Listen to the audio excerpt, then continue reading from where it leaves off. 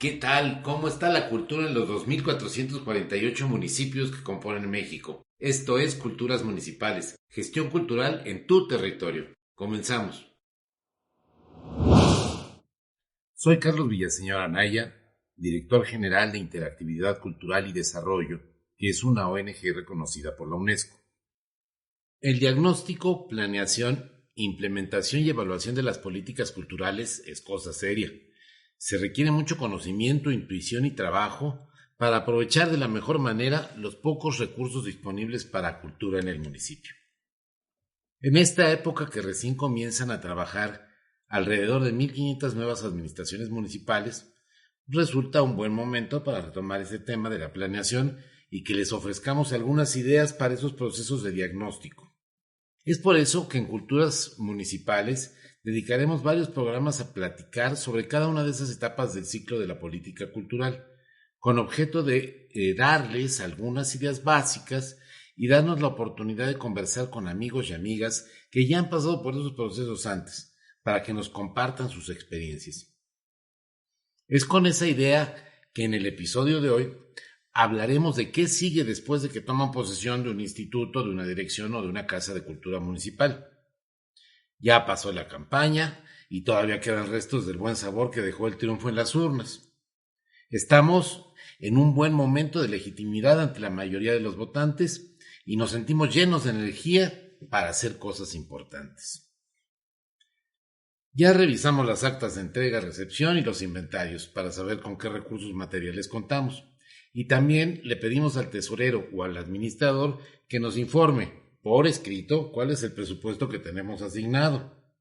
Ya nos entrevistamos con el personal que tenemos asignado y nos hicimos una primera idea de cuál es el trabajo de cada uno, cómo lo hace y con qué recursos. También ya revisamos las instalaciones físicas a nuestro cargo para identificar que no hay un problema inmediato y ver si hace falta alguna reparación urgente. Ya después de todo eso, llegamos a nuestro escritorio y nos preguntamos, ¿ahora qué vamos a hacer en cultura a lo largo de estos 3 años? Aquí es precisamente donde comienza la etapa de diagnóstico con la que debe iniciar todo proceso de implementación de las políticas culturales. Durante el siglo pasado se pensaba que el promotor cultural era esa persona que por tener alguna experiencia o preparación en arte o cultura podía imponer a la comunidad las actividades artísticas y culturales que se le ocurrieran. Conforme se ha profesionalizado la gestión cultural en las instituciones públicas, nos hemos venido dando cuenta que las instituciones administran recursos públicos en beneficio de la población en general, de donde la política cultural debe también de estar al servicio de todos, como uno más de los servicios que presta el municipio a su población. Una nueva vuelta a la tuerca sobre el proceso de las políticas culturales municipales surge cuando la Constitución Federal y las constituciones locales establecen claramente que los derechos culturales, como el resto de los derechos humanos, sociales y ambientales, son universales, es decir, que son para todos por igual y que son progresivos, lo que significa que las condiciones para ejercerlos deben ir mejorando, aunque sea lentamente, pero nunca retroceder. Y también la Constitución indica claramente que todos los servidores públicos, también los municipales, están obligados a promover, respetar, proteger y garantizar los derechos humanos, incluyendo los derechos culturales. Dicho de otra manera, si ustedes cobran en el municipio, tienen ya obligación con los derechos culturales. ¿Pero eso qué tiene que ver con el diagnóstico? Me preguntarán. Pues es muy claro, ya que según la Constitución, la principal finalidad de la política cultural es precisamente establecer cómo es que el municipio, principalmente a través de la cultura, pero no solamente, cumplirá con esas obligaciones de promover, respetar, proteger y garantizar los derechos culturales de todos los habitantes de la localidad. Es decir, lo que podríamos identificar como el problema de raíz para el diagnóstico de nuestra política cultural es uno solo que podemos definir de la siguiente manera. ¿Está haciendo el municipio todo lo que está a su alcance para garantizar cada vez mejor el ejercicio de los derechos culturales de toda la población? Como verán, en la pregunta podemos identificar varios elementos. En primer lugar, todo lo que esté a su alcance, que significa que se deberá hacer lo mejor posible con los recursos humanos, materiales y presupuestales que estén al alcance del municipio, incluyendo también los recursos de cooperación que pueda conseguir del Estado, de la Federación o de aportaciones de particulares. Bueno, también hay que mencionar las aportaciones de cooperación que pueden venir del extranjero. En segundo lugar, decimos que se debe garantizar cada vez mejor. En esa frase quisimos destacar que es un proceso progresivo que se va logrando a lo largo del tiempo. Sin embargo, eso también significa que no se puede ir para atrás en lo ya alcanzado.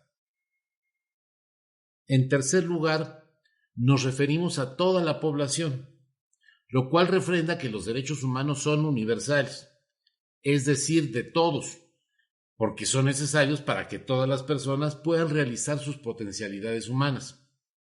No hay derechos culturales distintos de las poblaciones originarias, de la comunidad LGTBQ o de las mujeres, puesto que las necesidades de acceder, participar y aportar a la vida cultural son iguales para todos, sin discriminación alguna. Pero falta un elemento. ¿Cuáles son los derechos culturales? Pues allí podemos acudir a diversas fuentes. Debemos averiguar si la Constitución local o la Ley de Cultura de nuestro Estado tiene un catálogo de derechos culturales. También, aunque aún hay muy pocos, existen municipios que ya han desarrollado sus reglamentos de cultura y derechos culturales, donde se establecen específicamente para el territorio cuáles van a ser sus prioridades.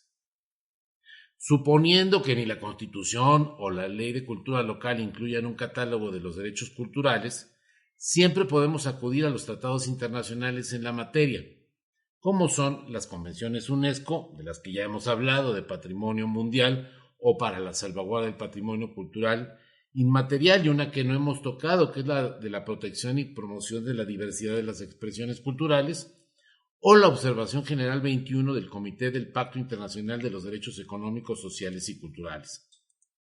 En todos esos documentos podemos encontrar diferentes derechos culturales, aunque va a haber muchas coincidencias. Para el caso de los municipios de México, tomaremos como referencia la Ley General de Cultura y Derechos Culturales, que este año está cumpliendo 5 de haberse promulgado, y que en su artículo 11 nos enlista algunos de los derechos culturales más generalmente reconocidos a nivel mundial. Dice el artículo 11 de esa ley general: todos los habitantes tienen los siguientes derechos culturales. 1. Acceder a la cultura y al disfrute de los bienes y servicios que presta el Estado en la materia. 2. Procurar el acceso al conocimiento y a la información del patrimonio material e inmaterial de las culturas que se han desarrollado y desarrollan en el territorio nacional y de las culturas de otras comunidades, pueblos y naciones. 3. Elegir libremente una o más identidades culturales. 4. Pertenecer a una o más comunidades culturales. 5. Participar de manera activa y creativa en la cultura. 6. Disfrutar de las manifestaciones culturales de su preferencia. 7. Comunicarse y expresar sus ideas en la lengua o idioma de su elección. 8. Disfrutar de la protección por parte del Estado mexicano de los intereses morales y patrimoniales que les correspondan por razón de sus derechos de propiedad intelectual, así como de las producciones artísticas, literarias o culturales de las que sean autores. De conformidad con la legislación aplicable en la materia, la obra plástica y escultora de los creadores estará protegida y reconocida exclusivamente en los términos de la Ley Federal del Derecho de Autor. 9. Utilizar las tecnologías de la información y las comunicaciones para el ejercicio de los derechos culturales. Y 10. Los demás que en la materia se establezcan en la Constitución, en los tratados internacionales de los que el Estado mexicano sea parte y en otras leyes. Recordemos, como ya hemos platicado en otros capítulos, que los derechos culturales no son habilitantes. Que esté por escrito no quiere decir que a partir de ese momento comienzo yo a tener ese derecho. Los derechos humanos son en ese sentido un poco distintos, porque lo que pretenden es que el Estado, que el gobierno no nos impida realizar determinadas conductas y que en caso de estorbar, de no permitir, de no facilitar el ejercicio de estos derechos culturales, los ciudadanos tengamos manera de pedir el apoyo de la Comisión de Derechos Humanos o en su caso incluso llevarlo a un juicio de garantías. En el caso de los derechos culturales, yo puedo hacer todo eso sin más limitación que las prohibiciones que expresamente ponga la ley. Yo puedo perfectamente pertenecer a una o más comunidades culturales. Y me dirán, ¿y esto cómo es? Bueno, yo puedo pertenecer a la comunidad cultural de los danzantes de carnaval, pero a la vez a la comunidad cultural de la procesión de San Juan Bautista y a lo mejor también a la comunidad cultural de una banda de rock. Yo puedo elegir pertenecer a todas esas comunidades culturales y el Estado no tiene por qué impedírmelo. Si surgiera, por ejemplo, hipotéticamente, una disposición que dice se le impide a todos los jóvenes formar parte de bandas de rock, pues podría pedirse la intervención de la Comisión de Derechos Humanos porque se me está violando un derecho a pertenecer a una o más comunidades culturales, y si no me hiciera caso la Comisión de Derechos Humanos, podría yo incluso ir a un juicio de garantías.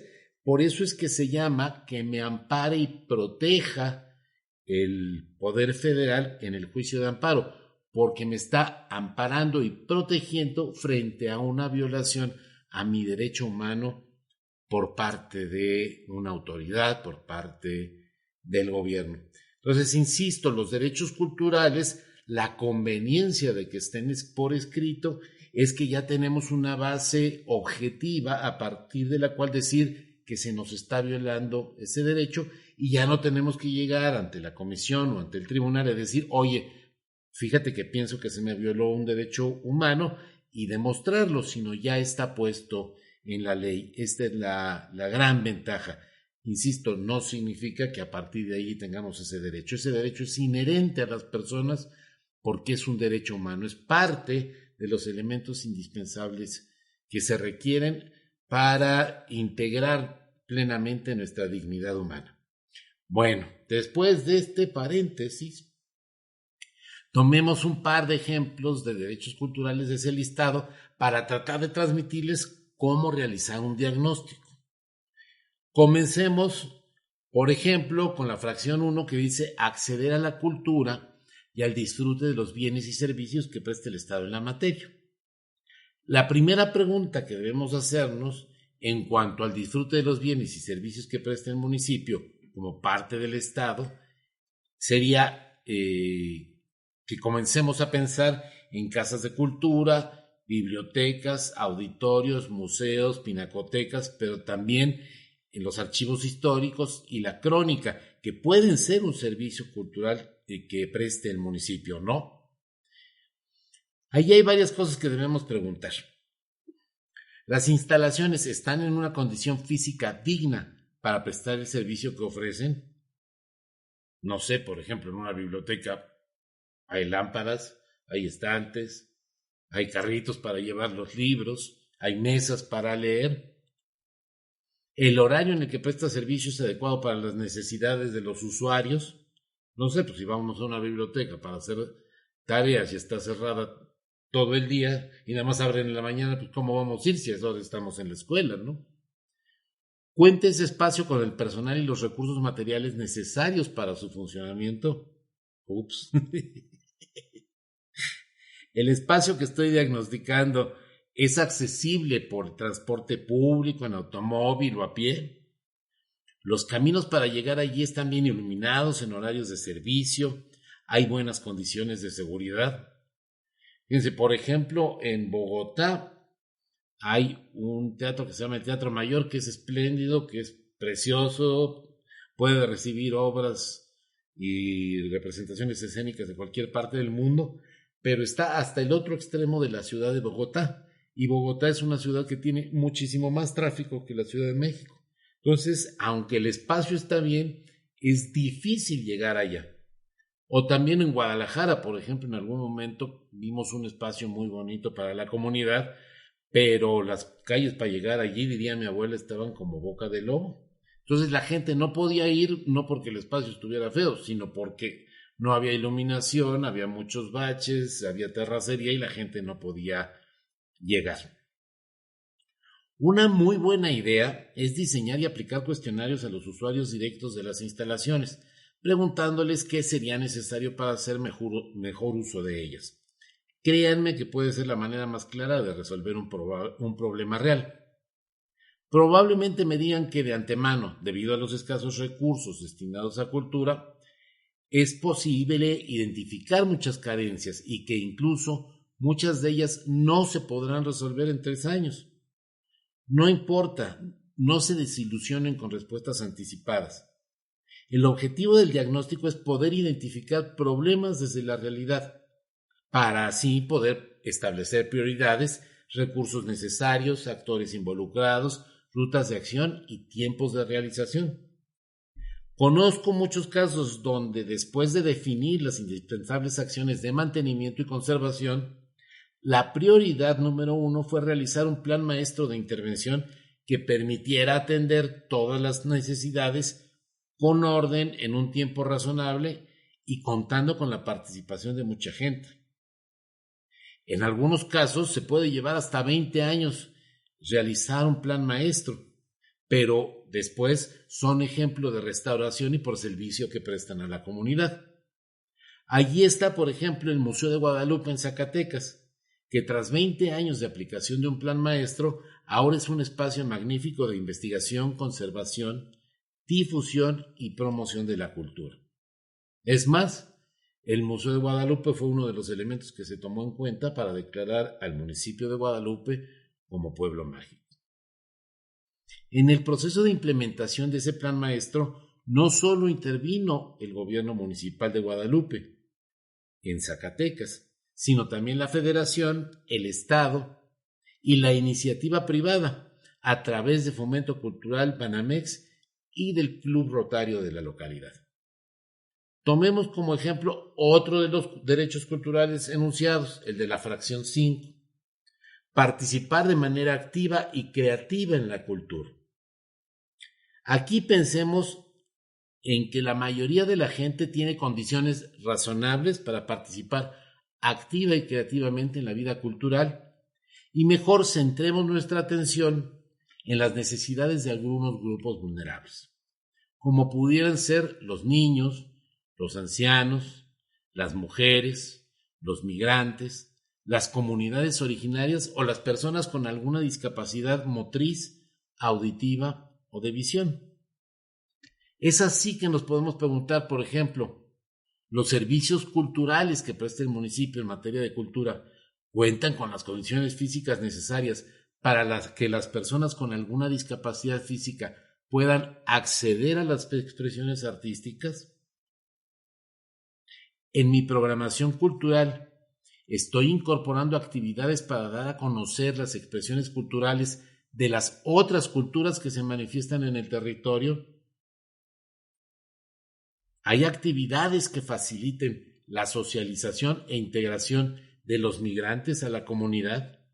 Ahí hay, por ejemplo, en los casos, pensemos un caso muy fuerte, como es el caso de Tijuana, como es el caso de Cancún, de Benito Juárez, donde está Cancún. Bueno, tenemos población proveniente de muchos orígenes. En Tijuana tenemos al año 50 millones de personas que cruzan la frontera de prácticamente todo el mundo, especialmente de los países de América Latina. ¿Qué estamos haciendo para que esas personas puedan integrarse, puedan socializar en esos entornos?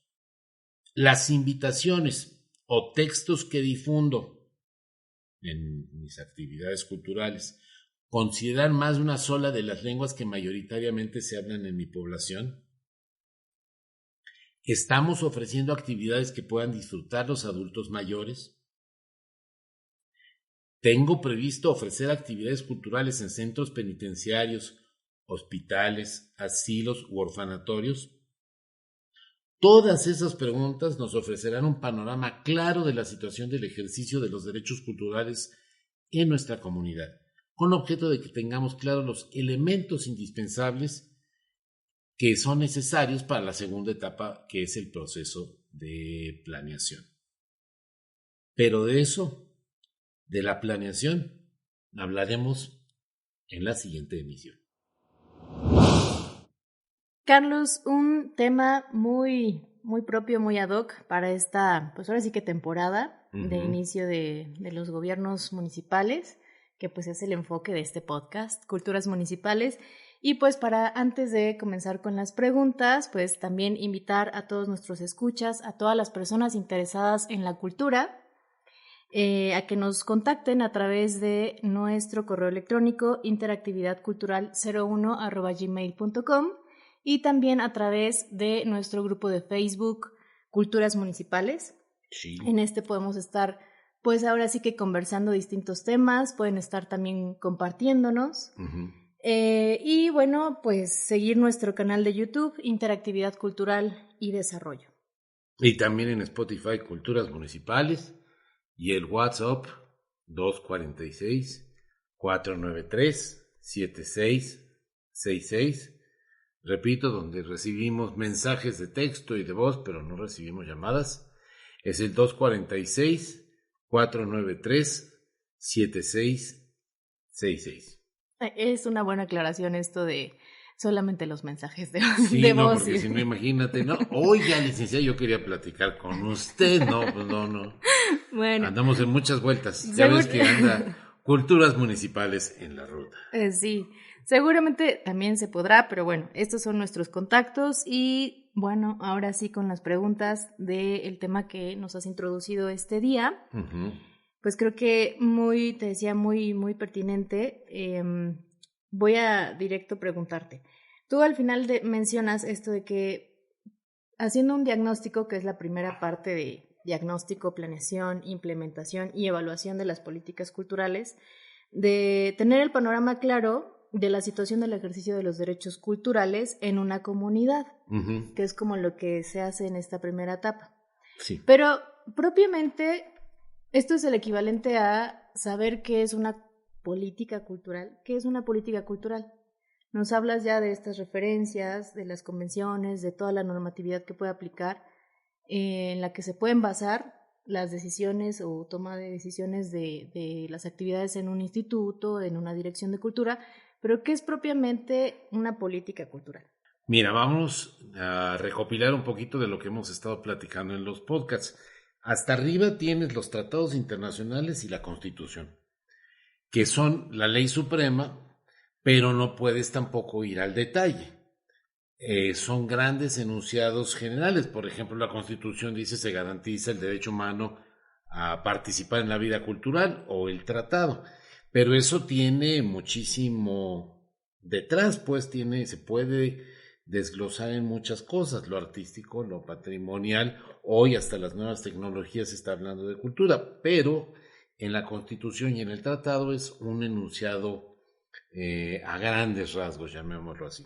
De allí baja a la ley, que puede ser como la Ley General de Cultura y Derechos Culturales, o puede haber una ley, bueno, se baja a la Constitución local y a una ley local, una ley de cultura de alguno de los estados, como en el 2004 que colaboramos en la redacción de la iniciativa de desarrollo cultural de Coahuila de Zaragoza. Bueno, allí estás tú bajando ciertos principios que vienen en la Constitución ya a puntos específicos en la ley. De allí viene un tercer paso que podríamos decir, que es lo que está sucediendo, lo que sucedió a principio de este año 2022 con muchos de los municipios. Tomaron posesión el 1 de enero, algunos otros, recordemos, porque hubo muchas elecciones, creo que fueron 15 estados en esta pasada elección, y muchos municipios.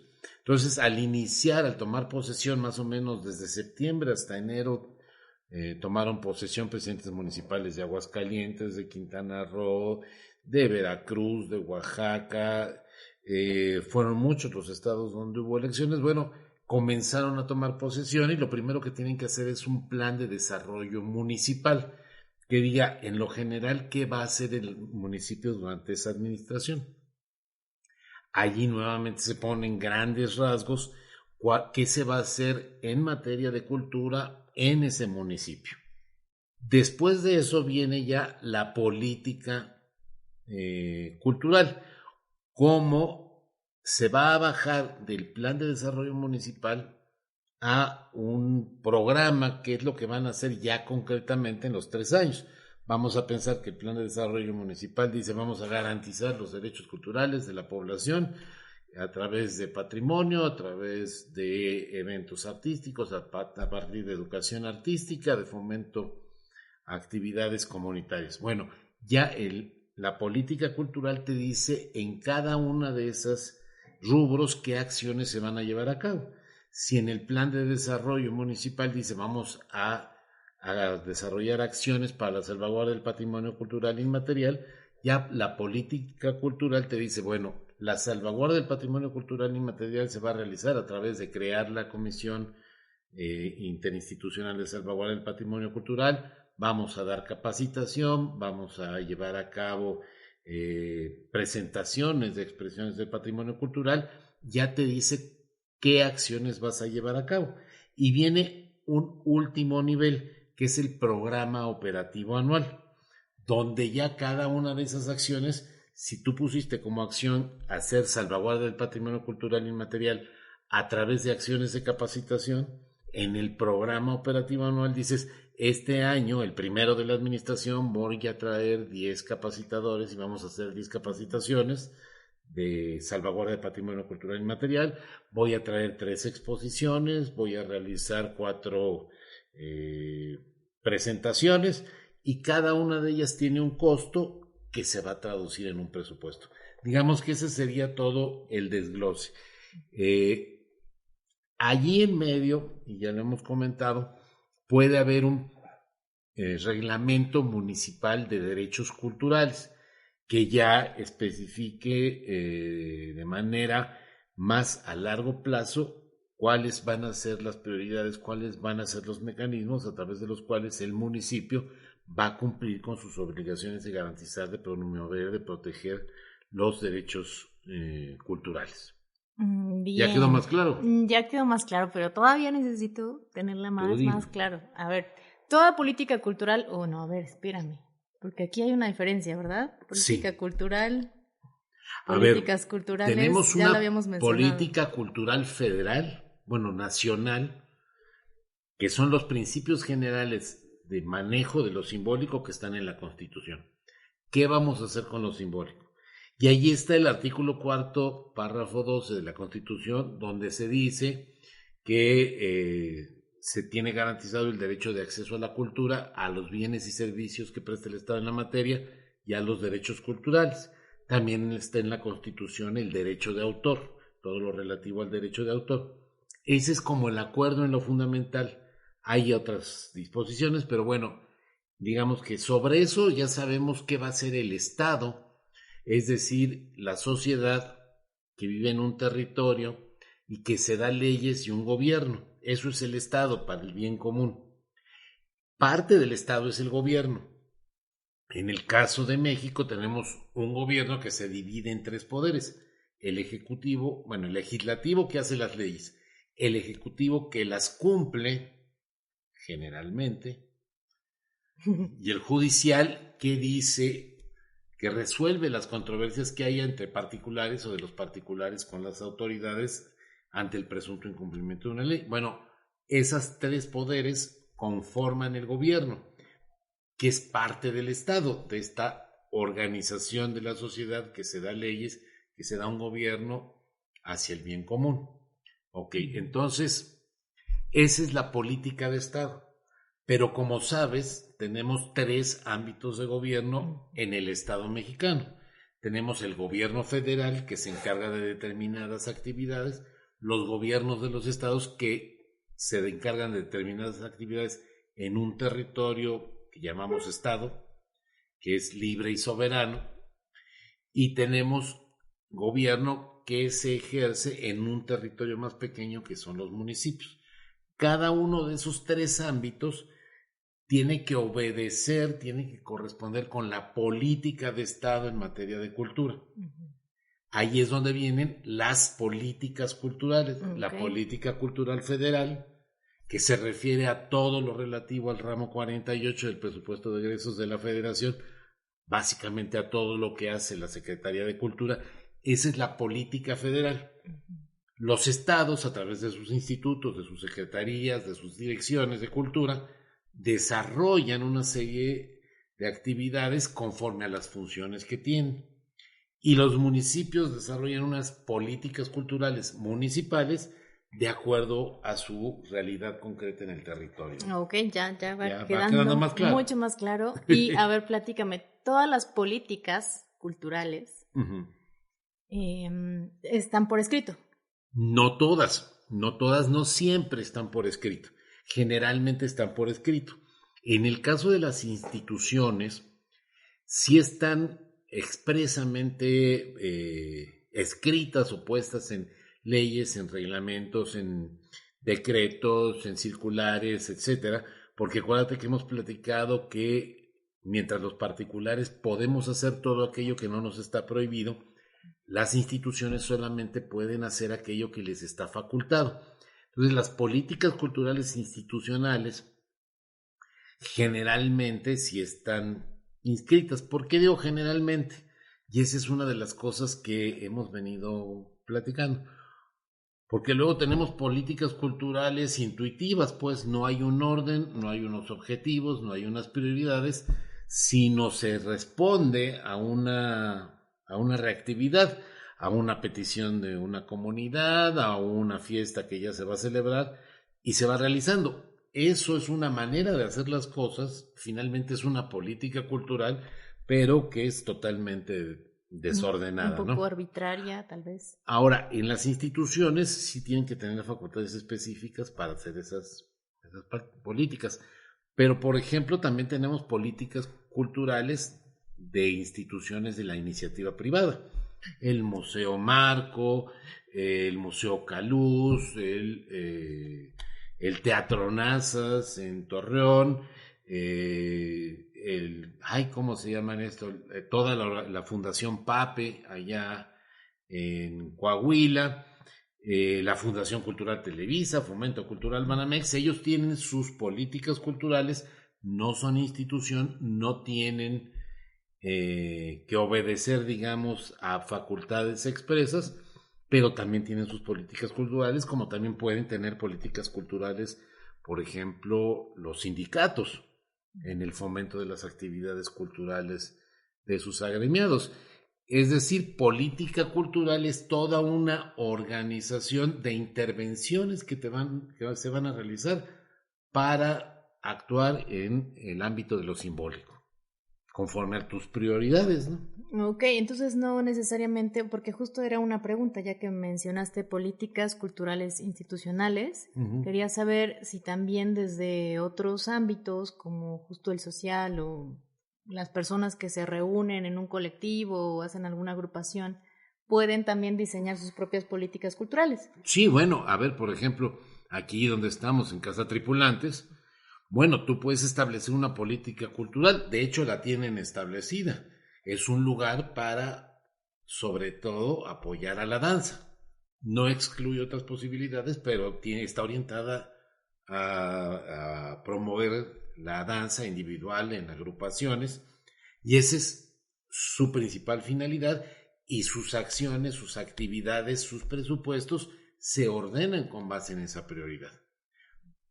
Cuando tenemos, por ejemplo, de la Fundación Cultural de Bancomer, de BBVA Bancomer, que saca una convocatoria para un concurso para apoyar artistas, bueno, esa es una política cultural de una fundación privada.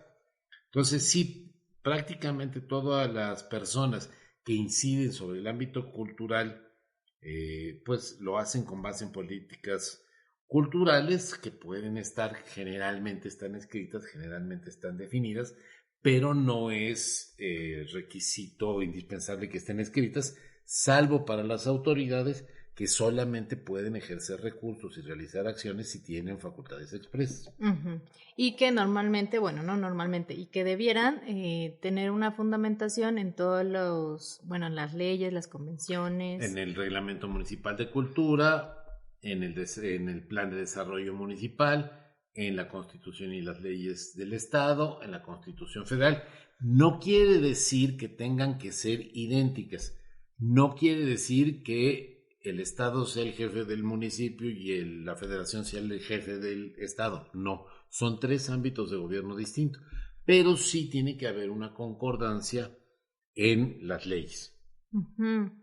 Bien, pues entonces dándole un poco el giro a la otra faceta de las políticas culturales que fue mencionada en tu introducción, mencionaste lo de los recursos de cooperación. Sí. Esto me llamó mucho la atención porque muchas veces cuando vas así, si estás, yo que estoy aquí en la ciudad de Puebla y voy al Instituto Municipal de Arte y Cultura, es muy común que te mencionen que no hay recursos, ¿no? Uh-huh. Que están limitados de recursos, etcétera. No siempre, pero bueno, a lo largo de toda la existencia del Instituto Municipal siempre ha habido esta restricción, como casi en toda institución pública, uh-huh. En casi todas las dependencias, o ya tienen asignados los presupuestos, o no es prioridad lo que tú estás planteando, etcétera. Entonces te dicen no hay presupuesto. Entonces, ¿cómo algún tip o algún ejemplo de cooperación, de recursos de cooperación que pudieras mencionar para poder ampliar estos recursos que muchas veces están limitados? Mira, precisamente por eso estamos promoviendo realizar los programas municipales de cultura y las políticas culturales que le hemos llamado y los programas operativos anuales con base en los derechos humanos, porque ciertamente no hay muchos recursos de cooperación para cultura, sí los hay, pero no son demasiado abundantes. Te podría mencionar, está el Fondo para la Promoción de la Diversidad de las Expresiones Culturales de la UNESCO, que otorga anualmente un apoyo de aproximadamente $100,000. Está el Fondo para apoyar la salvaguarda del patrimonio cultural inmaterial también de la UNESCO. En el caso de la región iberoamericana, por ejemplo, tenemos todos los programas Iberescena, Iberculturas Vivas, Archivos, que son mecanismos de cooperación internacional entre los países que se otorgan recursos y van financiando proyectos que son presentados por los propios países. Pero al desarrollar nosotros una política cultural, unas políticas culturales municipales basadas en los derechos humanos, tenemos mejores condiciones de acceso a financiamiento para actividades que apoyan el más amplio ejercicio de los derechos humanos. Hay prácticamente todas las fundaciones internacionales de los países, las agencias de cooperación, tienen un apartado específicamente dedicado a fortalecer el ejercicio de los derechos culturales, y como ya hemos hablado en los capítulos anteriores, bueno, el derecho a participar en la vida cultural es uno de los derechos humanos reconocidos por la Declaración Universal de los Derechos Humanos y por el Pacto Internacional de los Derechos Económicos, Sociales y Culturales. Con esto estamos construyendo condiciones para acceder a recursos de cooperación, y si le metemos un poquito el toque de la Agenda 2030 para el Desarrollo Sostenible y, por ejemplo, decimos esta acción de recuperación de memoria histórica de una técnica del cultivo como podría ser la milpa, bueno, además de ser un tema que está propiciando el mejor ejercicio de las personas para acceder a su patrimonio cultural ancestral, bueno, también es una técnica de cultivo que apoya a la mejor alimentación, que es uno de los objetivos del desarrollo sostenible. Y con este paquete ya podemos buscar acceder a recursos de cooperación. Es darle un enfoque un poco distinto para generar condiciones de acceso a estos recursos. Muy bien, bueno, pues creo que ya ahí está el tip en respecto a los recursos de cooperación, Pero mira, al menos ahí, tener el panorama amplio, ¿no? Sí, pero ahí hablamos, por ejemplo, de la técnica de cultivo, pero en nuestras comunidades municipales tenemos técnicas de, por ejemplo, manejo del agua, de resolución pacífica de las controversias, de herbolaria de usos, de conocimientos de la naturaleza y del planeta que pueden ayudar también a mejorar temas del desarrollo sostenible. Tenemos ejemplos de trabajo donde la participación de las mujeres y de los hombres es equitativa. Es decir, hay grandes oportunidades en el área de cultura para construir también proyectos que en sí mismos, a través del desarrollo cultural, aporten al cumplimiento de los objetivos del desarrollo sostenible. Esto es un área que vale la pena explorar. Claro, que es como salir de únicamente pues la garantía del acceso a nuestros derechos desde la institución, sino también desde lo social. ¿Estoy entendiendo bien? Sí, de alguna manera sí. El objetivo del desarrollo sostenible es que el desarrollo económico, social y ambiental se den al mismo tiempo. En ese sentido, el desarrollo social incluye el desarrollo de los derechos humanos y con ellos el derecho humano a participar en la vida cultural. Y cómo a través de la cultura, por ejemplo, logramos un medio ambiente sostenible, cómo a través de la cultura logramos condiciones económicas sostenibles. Y allí, por ejemplo, el buscar recursos para apoyar el desarrollo de un taller artesanal que tiene prácticas sostenibles con el ambiente, bueno, se puede volver perfectamente un proyecto que pueda ser sujeto de recursos de cooperación internacional. Uh-huh. Excelente. Bueno, pues, ¿por qué te da risa? A ver, pues cuéntame. porque íbamos por otro tema, pero ya salimos por eso y está interesante. Salió una arista que seguramente estaremos retomando en alguno otro de nuestros capítulos, tenemos de que nuestros ver todo episodios. El tema de la economía creativa, por ejemplo, de la sostenibilidad, en fin. A mí me parece fascinante el tema de la cultura y todas sus aristas. Sí, pues es un tema transversal, por eso tanto se dice que es el cuarto pilar del desarrollo, porque es transversal a todo el desarrollo. Uh-huh. Sí, en realidad ya hay este reconocimiento de que la cultura pues es parte de que la tierra esté fértil. Sí, ¿no? además. Digámoslo así. Y bueno, pues entonces hasta aquí mis preguntas. Creo que en esta parte ya tanto introductoria como de las preguntas se cubre bien la parte de el diagnóstico, uh-huh. de cómo hacer esta evaluación, tener claro el panorama de la situación del ejercicio de los derechos culturales en una comunidad o en un municipio. Y pues ya para la siguiente nos estarás hablando sobre la planeación, ¿no? Después del diagnóstico, ahora sí, vamos a planear, vamos a programar de una forma consecuente a nuestras políticas culturales. Perfecto. ¿Sí? Bueno, pues entonces ahora sí que invitarlos antes de que venga la entrevista. Sí. Invitarlos a que mantengamos la conversación a través de nuestro grupo de Facebook, Culturas Municipales, también a través de correo electrónico interactividadcultural01@gmail.com. Y bueno, también a través del WhatsApp 246-493-7666. ¿Sí dijiste a través de Spotify? Bueno, también a través de Spotify y de nuestro canal de YouTube, Interactividad Cultural y Desarrollo. Sí. Yo le pongo mucho énfasis al grupo de Facebook porque ahí hay como el espacio para que puedan compartir, conversar y así que comentar todas sus inquietudes y preguntas. Y al WhatsApp también porque es como una comunicación más directa, si nos comparten sus audios, sus mensajes de sus grabaciones o mensajes por escrito, nos pueden servir muy directamente para poder darle cauce a nuestro podcast, uh-huh. al podcast que es de principalmente este enfoque culturas municipales, pero también efectivamente todos los materiales que se van subiendo a través del canal y también a través de Spotify. Exactamente. Sí, no, total, no, ya fueron todos. Está bien, me parece muy bien.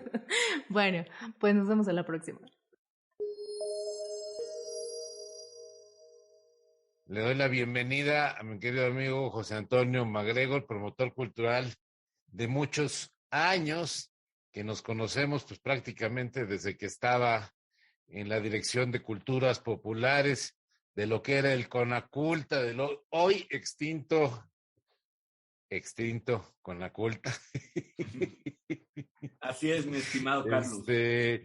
Pero, y bueno, lo he querido invitar porque, bueno, recientemente desde la universidad ha venido realizando algunos diplomados de desarrollo cultural comunitario, pero durante muchos años ha estado como antropólogo y como funcionario muy cerca a las comunidades, y en ese orden de ideas me parece que su experiencia puede aportar mucho a los municipios, específicamente no tanto en una metodología, no es el sentido que tenemos ahorita de la entrevista, sino nos platiques tu experiencia, por dónde comenzar un diagnóstico.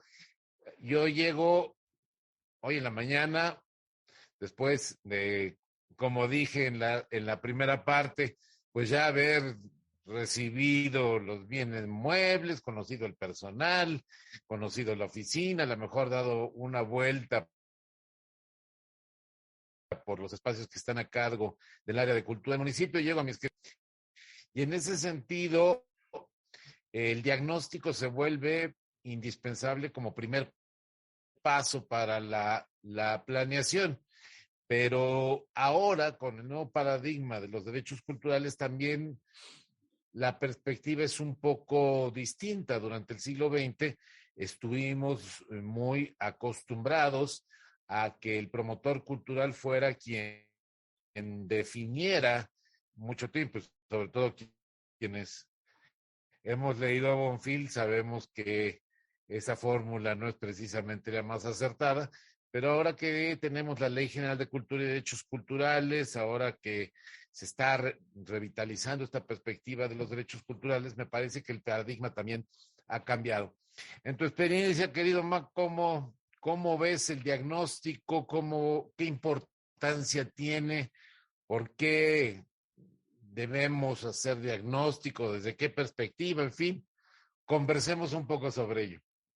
Con todo gusto, querido Carlos Villaseñor, colega de hace ya muchas décadas que nos conocemos, hemos compartido proyectos y muy agradecido por tu invitación para reflexionar sobre la importancia del diagnóstico. Qué bueno que lo incluyas porque es lo que nadie incluye en sus procesos de planeación.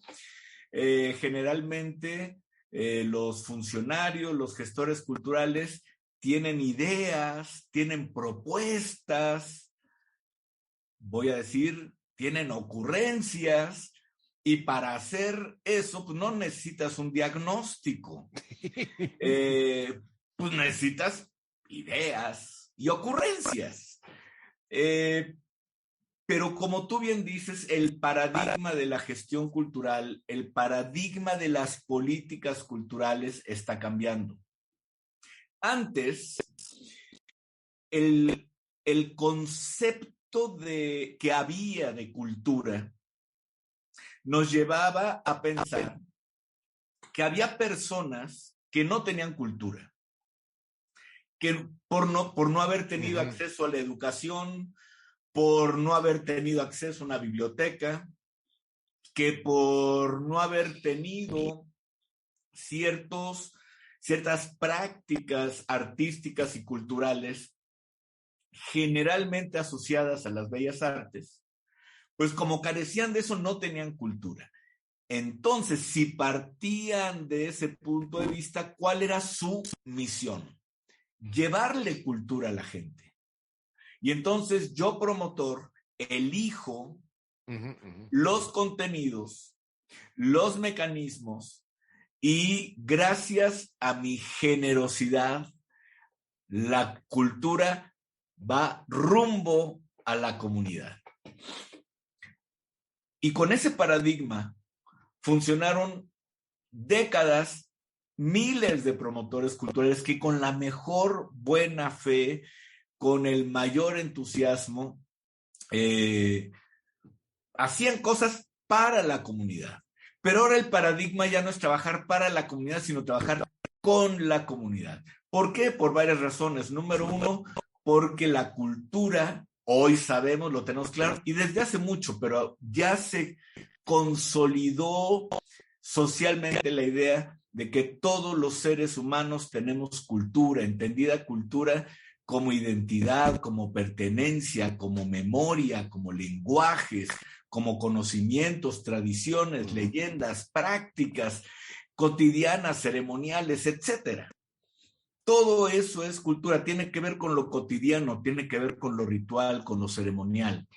Todos los seres humanos somos seres cultos. En ese sentido, entonces la misión ya no es llevar cultura, sino, ¿ahora qué vamos a hacer? Promover, gestionar, y tenemos que acudir entonces a una serie de conceptos, a una serie de documentos que me permitan a mí saber qué es lo que se espera de un funcionario público que esté en una institución cultural federal, estatal o municipal, qué se espera de un promotor o un gestor cultural independiente, comunitario, qué se espera de la sociedad civil en general.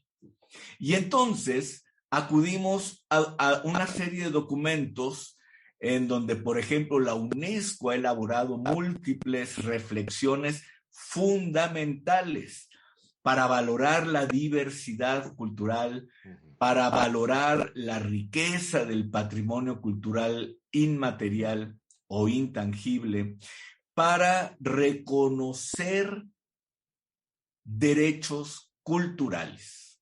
Y en ese sentido, la UNESCO, la Declaración de Friburgo, el Programa de las Naciones Unidas para el Desarrollo, cuando hablaba de libertad cultural, universidades, organismos públicos, privados, universidades, empiezan a producir reflexiones que nos llevan a tratar de entender qué es la cultura en un concepto actual, ya ahí se menciona ello, pero qué papel nos toca como gestores, como funcionarios, etcétera.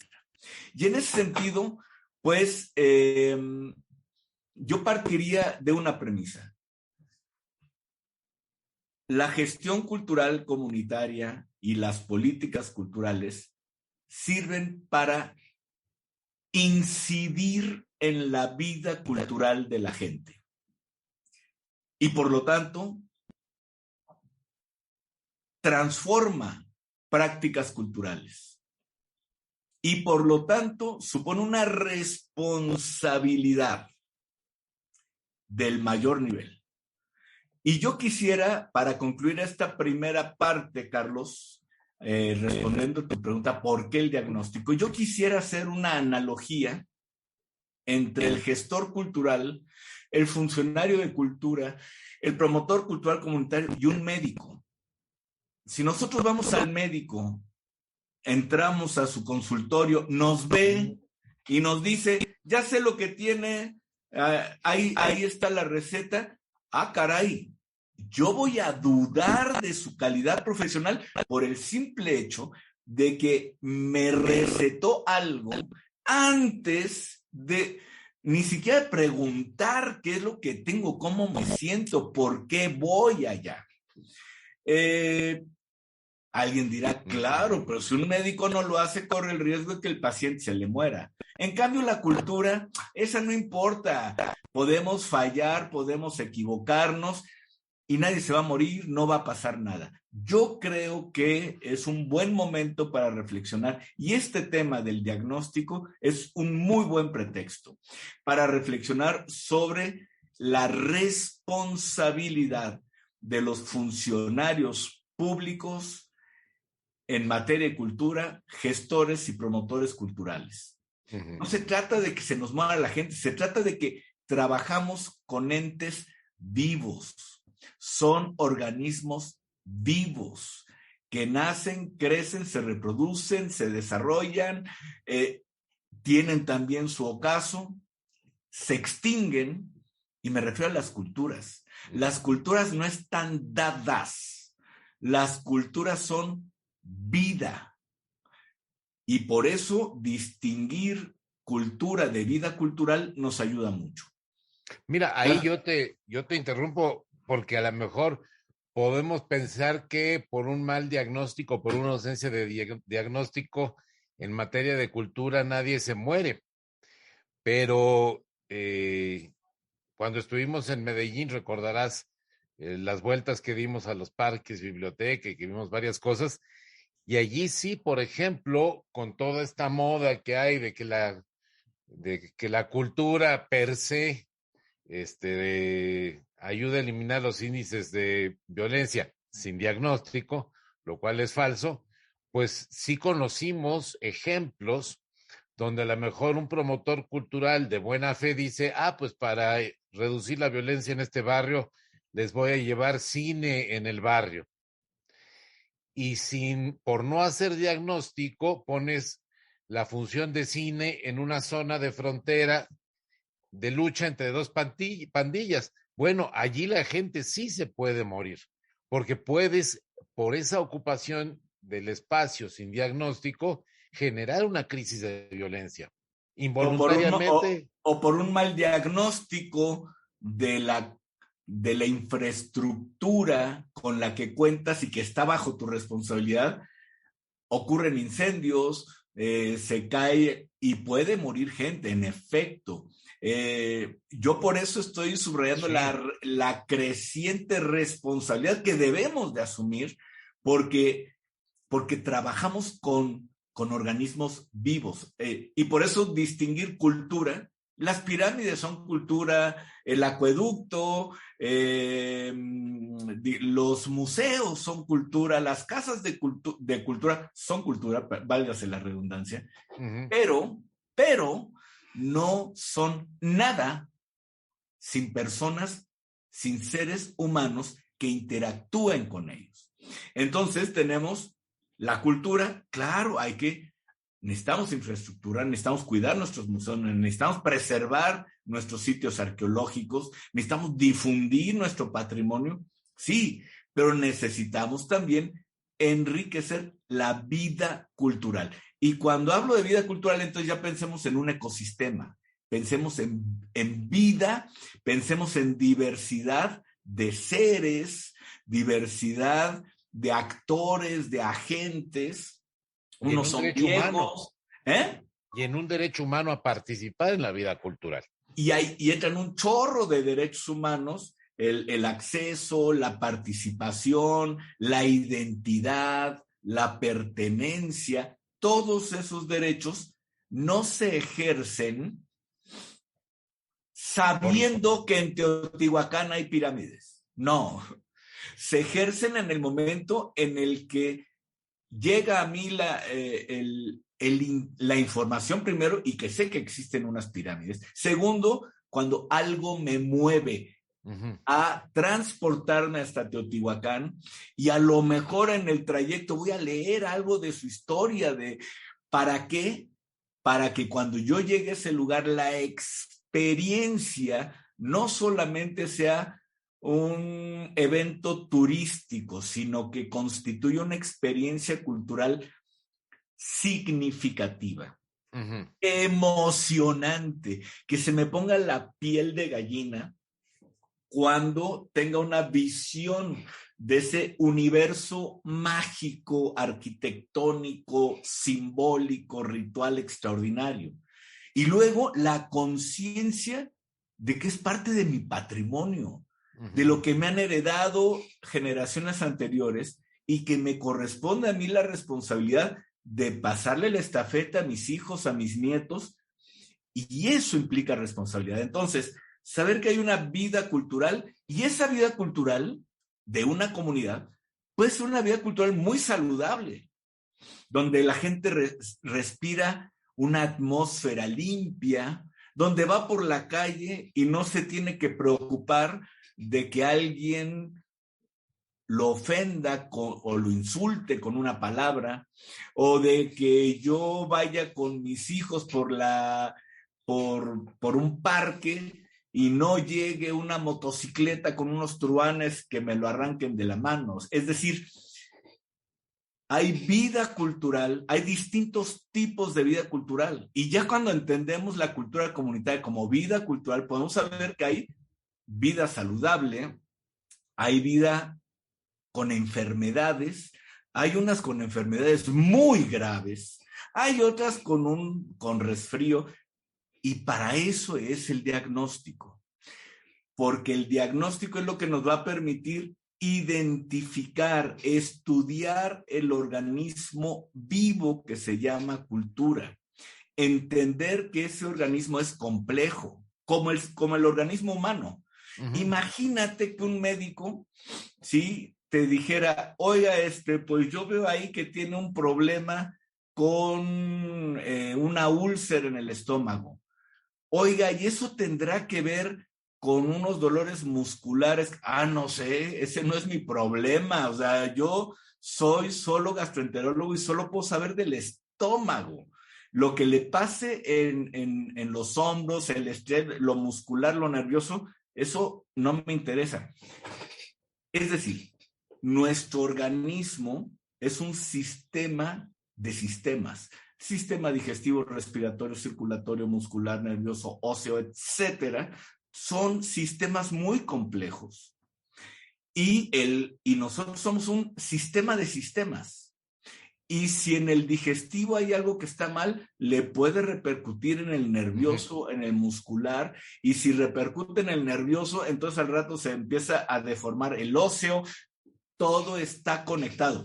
Así es la vida cultural de las comunidades. Es compleja, pero al mismo tiempo, si nosotros sabemos qué es lo que hay que investigar, pues entonces va a ser mucho más fácil. Yo te podría decir, Carlos, para nuestros amigos, que hay distintos niveles de magnitud y de profundidad.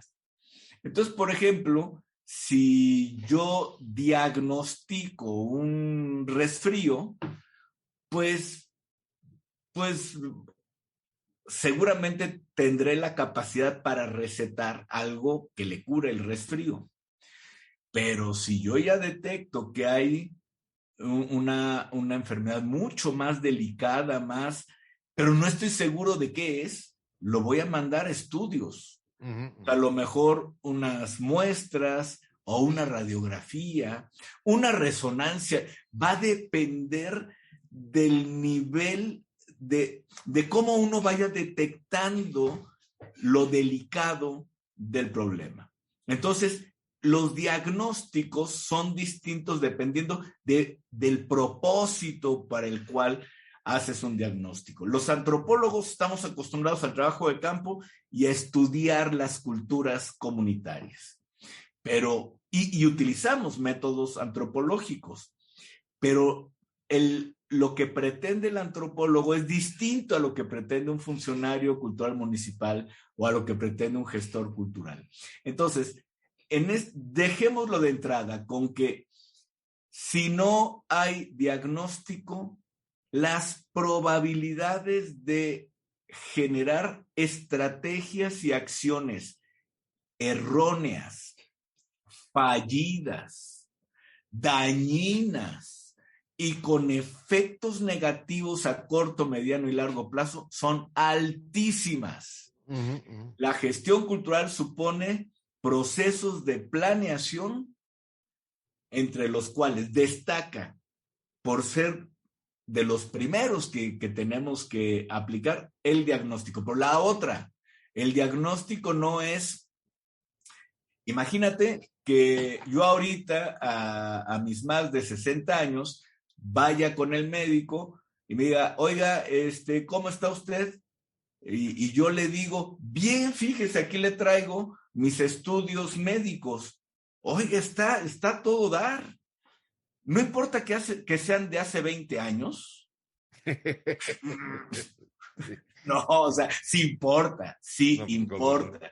Entonces, el diagnóstico es un proceso permanente. ¿Por qué? Porque la vida cultural va cambiando. Los problemas que eran hace hace 20 años, hoy son otros. Hoy a lo mejor ni existen, hoy a lo mejor ni se valoran, o a lo mejor hoy esos problemas de hace 20 años son un cáncer que está destruyendo la vida de una comunidad. Entonces, el diagnóstico, punto de partida, proceso permanente, proceso indispensable para garantizar el mínimo inicial de una propuesta de política cultural o de proyectos de gestión cultural con un tipo de intervención que, tengamos o no la conciencia de ello, van a afectar a las comunidades. Ahora,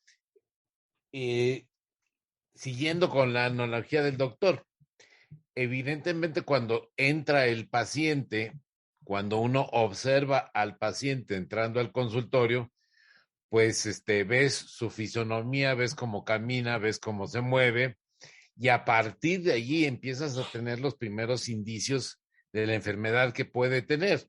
Yo diría, al momento que tú entras a un puesto, y obviamente debes conocer previamente la comunidad, pero comienzas a observar algunos puntos de falta de salud. Hay la propuesta desde la perspectiva de los derechos culturales. Bueno, sabemos que el derecho a participar en la vida cultural tiene 3 esferas, que es el acceso, la participación y la aportación a la vida cultural. Allí yo creo que ya tendríamos algunas claves. ¿Cómo está? La gente tiene iguales oportunidades de acceso. Hay espacios, o sea, acceso me refiero a lugares donde recibir contenidos simbólicos, básicamente. Participación, lugares donde haya diálogos, donde haya convivencia, donde haya capacidad de ponerse de acuerdo. Y aportación, espacios donde la gente pueda mostrar sus nuevas creaciones. Yo comenzaría, o me gustaría, porque conozco de tu experiencia en eso, hace muchos años te escuché hablar de la identificación de los núcleos de animación cultural. Me gustaría que me comentaras un poco más de eso. Claro, gracias. Mira, en efecto, dependiendo de cómo entiendo la promoción y la gestión cultural, va a ser la manera en la que use las herramientas.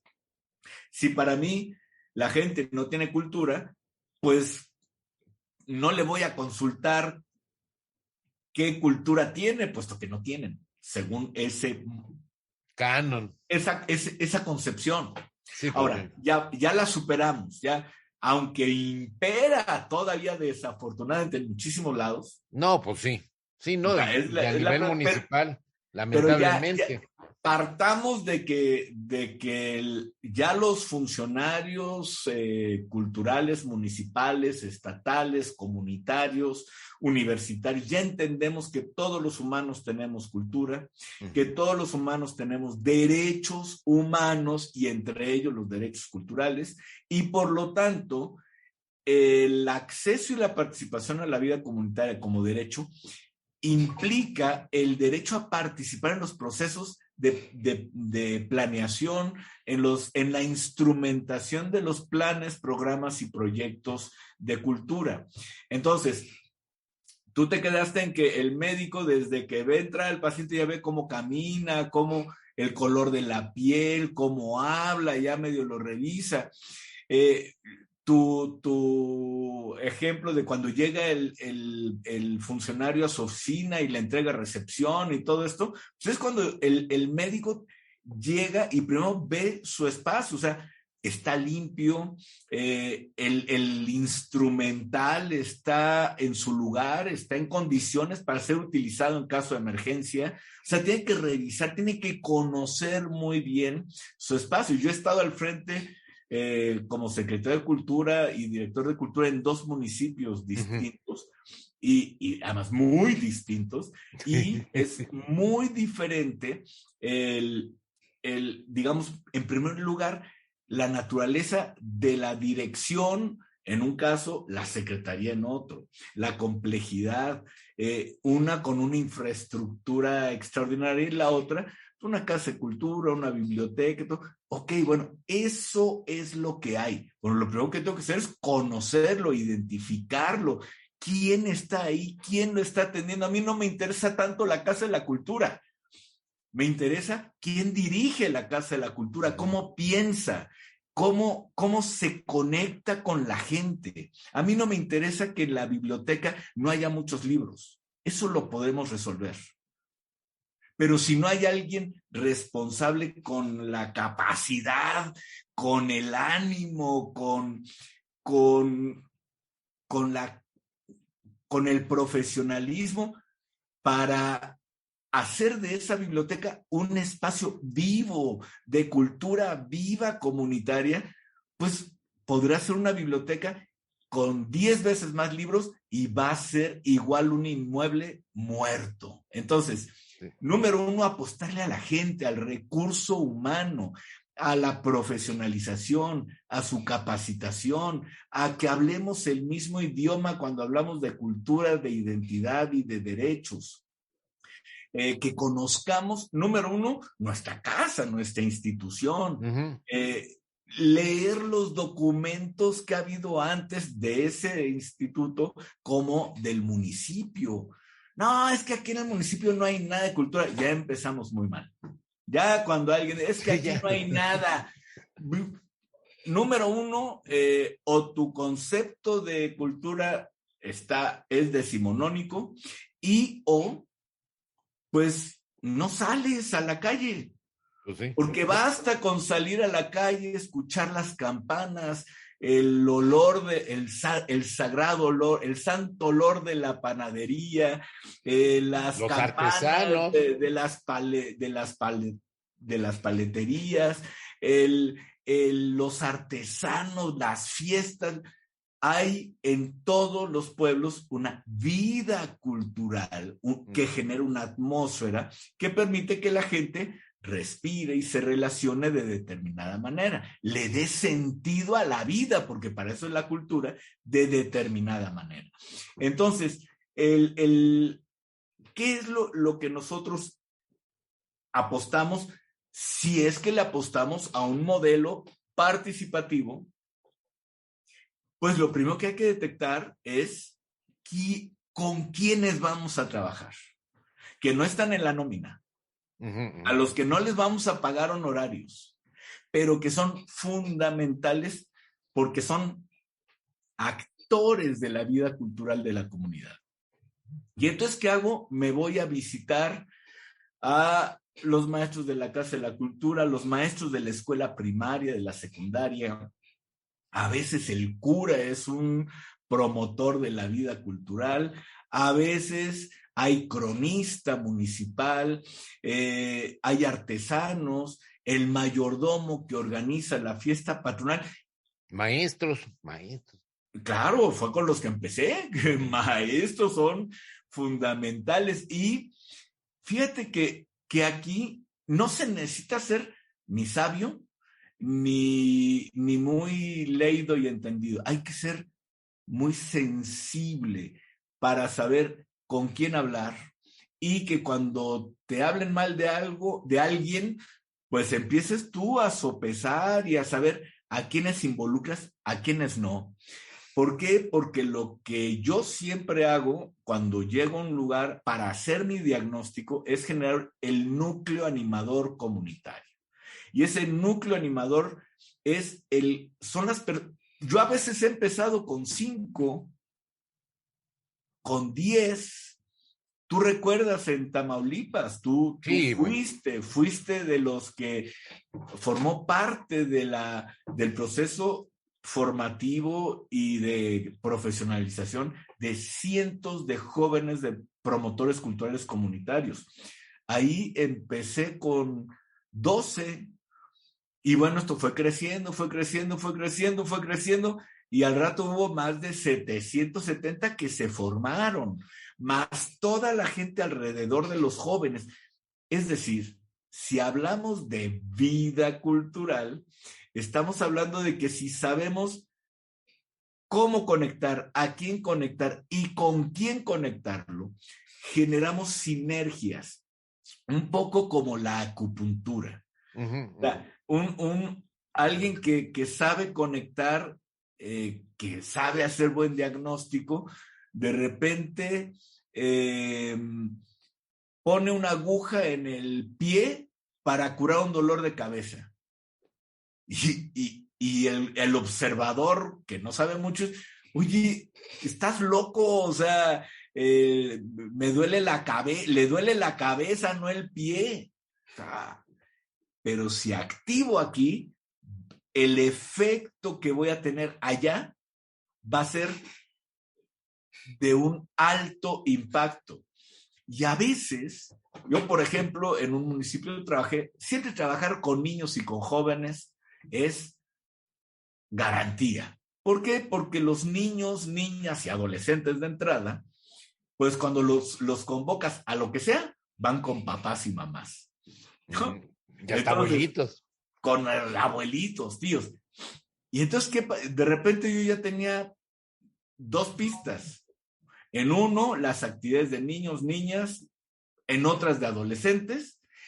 Y en lugar de tener papás, mamás, abuelitos, tíos sentados esperando a que pasen las 2 horas de la actividad para irse, generábamos actividades de lectura, de memoria histórica, y entonces se activa todo.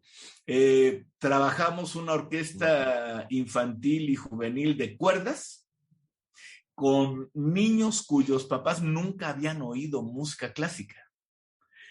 Y la orquesta, que el proyecto era de una orquesta de música clásica. Entonces los papás no tenían idea del tipo de música que iban a tocar sus hijos. Pero ya mi hijo ya se metió en eso. Mi hijo ya toca violín, viola, violonchelo, contrabajo.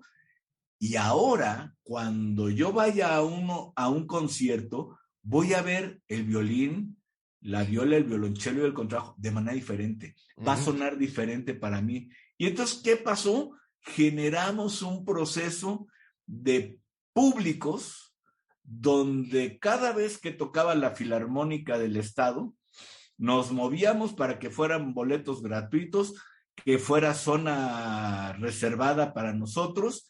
Y tercero, tener, no en cada concierto, pero de vez en cuando, el acceso de algunos niños a los ensayos. ¿Y qué pasa?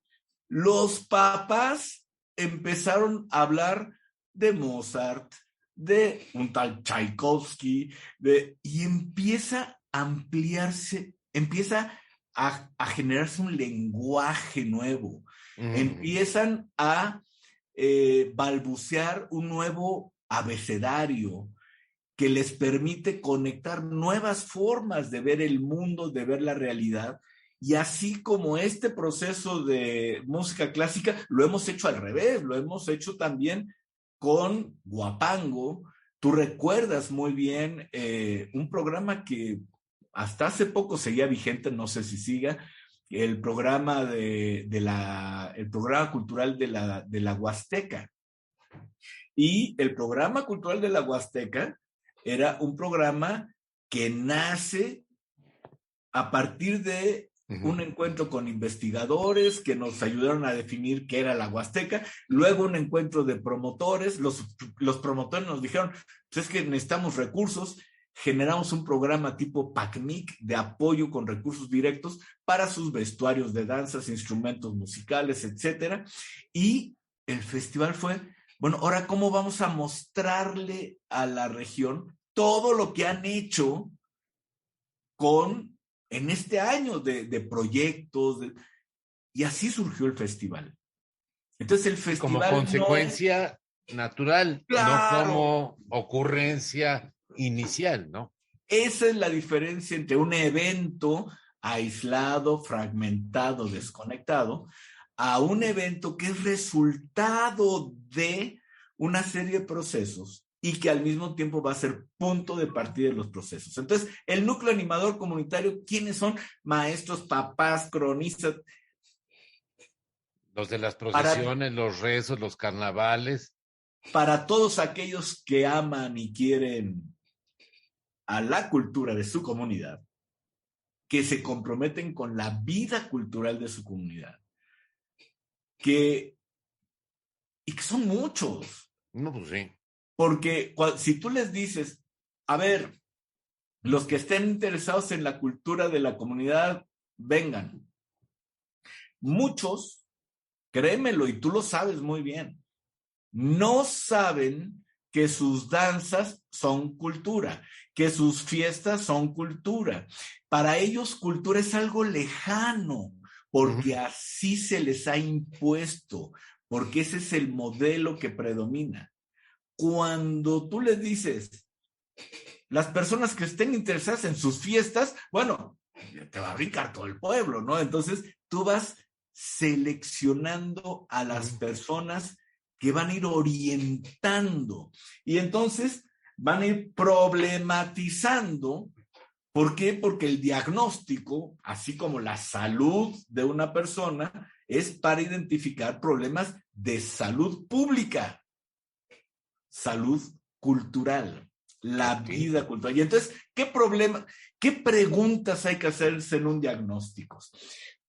A ver, ¿cuáles son los 3 o 4 problemas? Tampoco nos vayamos a 3 o 4, si estamos a nivel municipal, 3 o 4 problemas culturales prioritarios. ¿Por qué son problemas? ¿Quién o quiénes deberían atender esos problemas? ¿Desde cuándo se presenta ese problema? ¿A quiénes afecta de manera directa y a quiénes afecta de manera indirecta?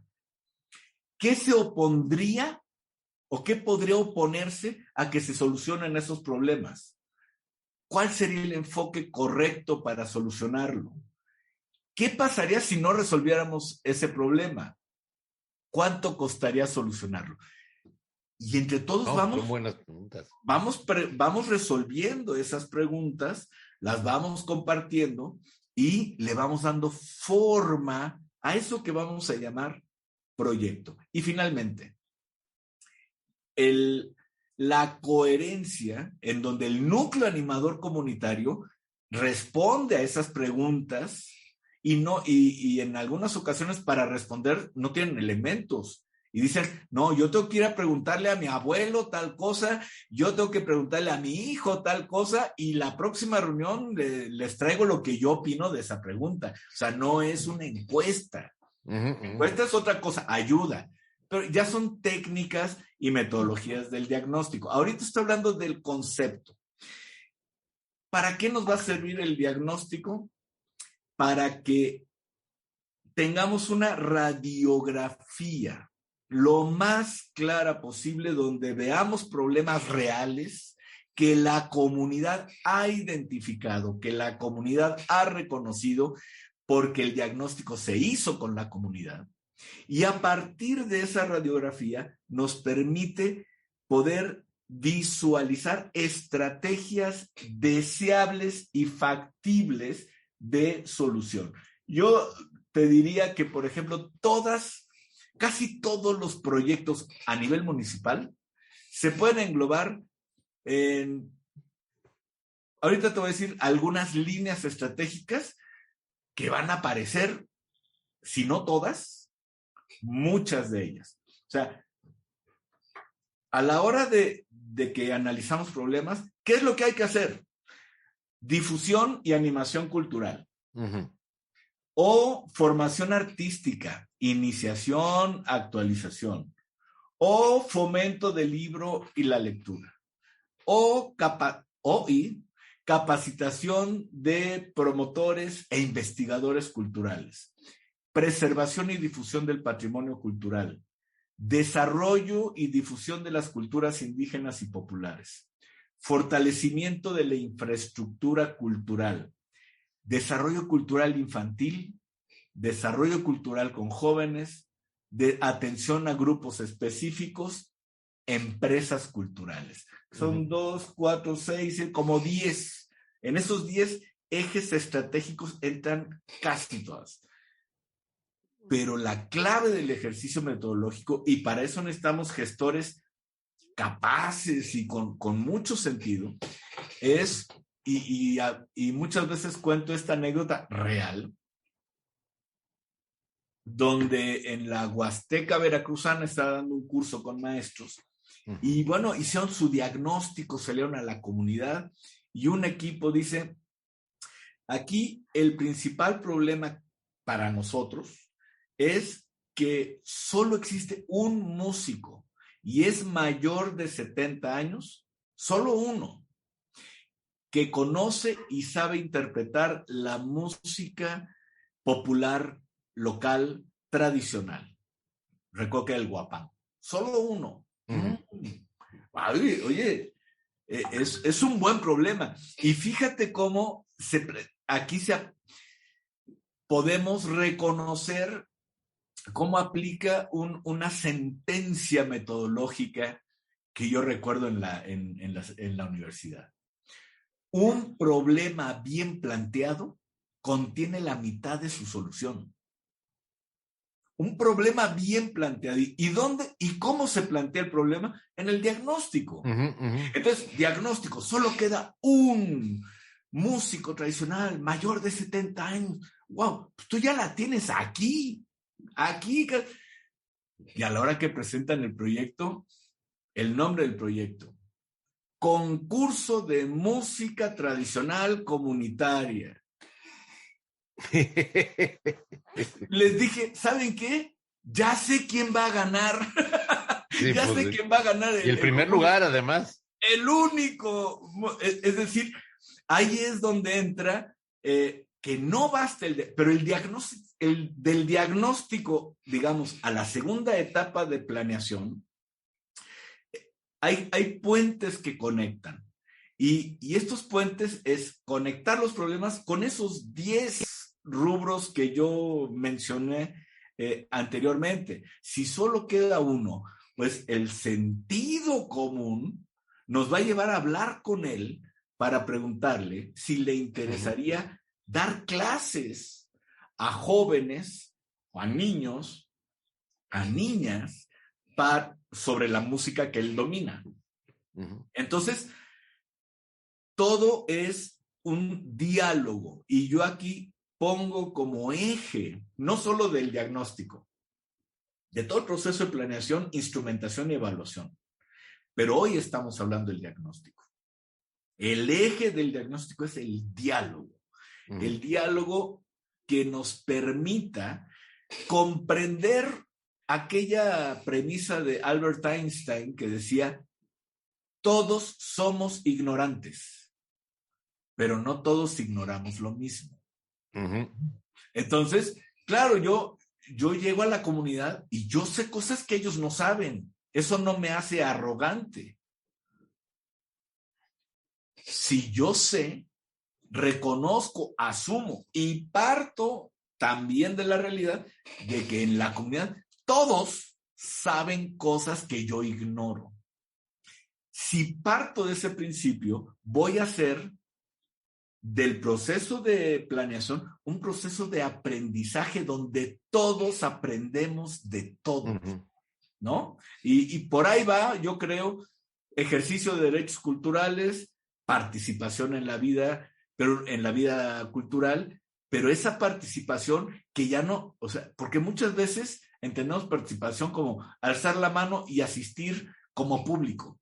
Es un nivel de participación y muy importante, pero la idea es ampliar las capacidades de la gente, que viva y se apropie cada vez más de su vida cultural, que la haga suya y que entienda su importancia, porque ahí está el principal patrimonio como humanos que vamos a heredar, como animales que somos, como seres vivos, pues a nuestros descendientes ya les heredamos un patrimonio que es la herencia genética.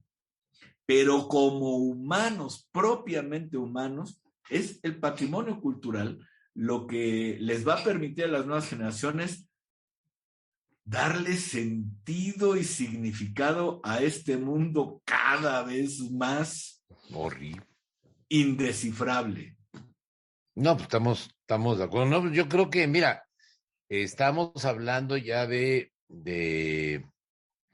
mucho del sentido de culturas municipales, que es ofertar ideas, imaginación, vertientes, procesos, y yo creo que ya estamos en una etapa donde deberemos comenzar a generar talleres, a generar cursos, ya después de esta primera etapa inicial donde hemos hablado en lo general de los conceptos, pues talleres y cursos sobre estas temáticas creo que es importantísimo para acercar metodología, para acercar elementos de profesionalización y que, bueno, nuestros amigos de los 2.448 municipios del país puedan seguir contando con nosotros para desarrollar cada día mejor sus responsabilidades en materia de desarrollo cultural, ¿no? Totalmente de acuerdo, que hablemos un lenguaje común. Exactamente. ¿No? Que cuando veamos distintas radiografías, identifiquemos problemas comunes y si bien cada cultura es diferente y cada comunidad tiene derecho a hacer con su vida cultural, digamos, lo que mejor entienda como parte de su destino, también es cierto de que no basta con que decidamos más. Necesitamos decidir más y mejor.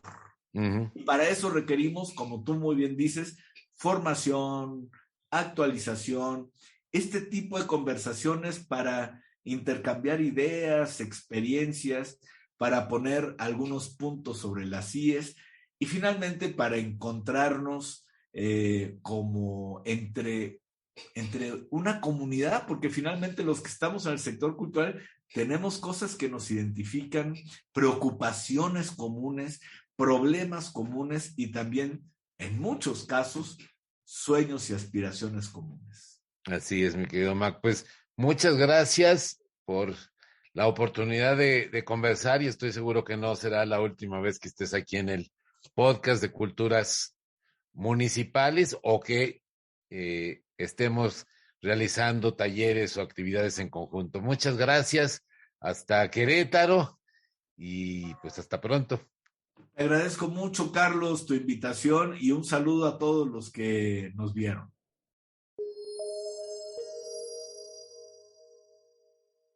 Por hoy, agradecemos que nos hayan escuchado en Culturas Municipales, un podcast con el que compartimos experiencias y herramientas útiles para garantizar los derechos culturales y la sostenibilidad de los municipios, desde la diversidad cultural de México e Iberoamérica. Los invitamos a dejarnos sus comentarios y preguntas en el botón de mensajes de voz en este podcast, en la página de Facebook Interactividad Cultural y Desarrollo o en el correo electrónico interactividadcultural01@gmail.com. Hasta la próxima.